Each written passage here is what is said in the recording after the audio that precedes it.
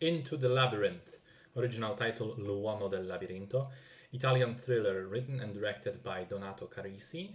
It's also based on a novel written by himself, which I think is pretty interesting and rare for an author to be himself the director of an adaptation of his own work.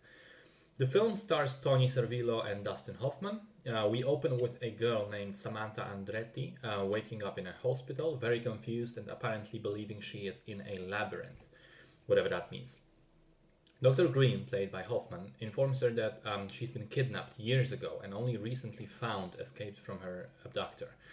Because she's been fed drugs, she has no recollection initially of what she experienced, and Hoffman begins to work with her to try and jog her memory, to give her back her memories, to find out where she was being kept and hopefully by whom.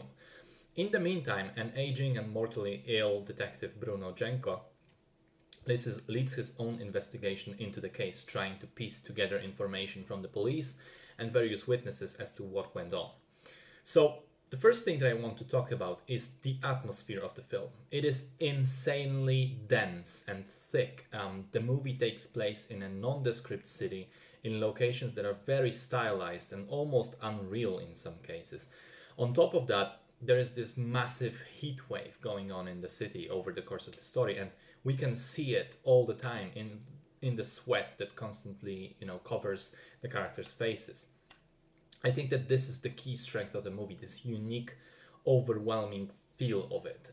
Watching it is like walking through a swamp that slowly but surely sucks you in completely. There are also moments of true tension when you're just moved to the edge of your seat. In terms of cinematic inspirations, I think there are traces of movies like Seven, Zodiac, Prisoners, and even Donnie Darko in this one. On the other hand, I think that the story itself, as it is presented, is a bit flawed. I haven't read the book, so I'm not sure if this is a case of some things being changed or cut out and omitted, but since it's the author in the director's seat, I assume he knew what he was doing.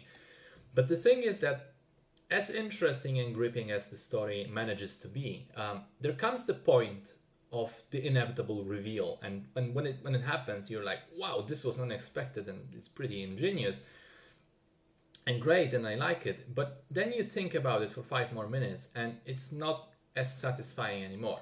It's not even that there are plot holes in it, but rather that there is some thread missing, some connection that escaped me. The ending feels a bit disjointed, disconnected from all the rest of the story, and I just went, okay, so what was all that about really? And there are movies where the style is more important than substance, and the story matters less than the general atmosphere. I think this is what Into the Labyrinth was going for, and for the most part it works and I was fine with it.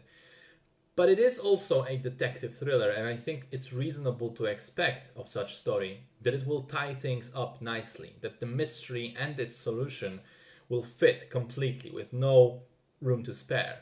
And as it is, I think there are loose ends, and that brings down the movie for me. It's still a pretty decent watch, but it is a little disappointing when all is said and done.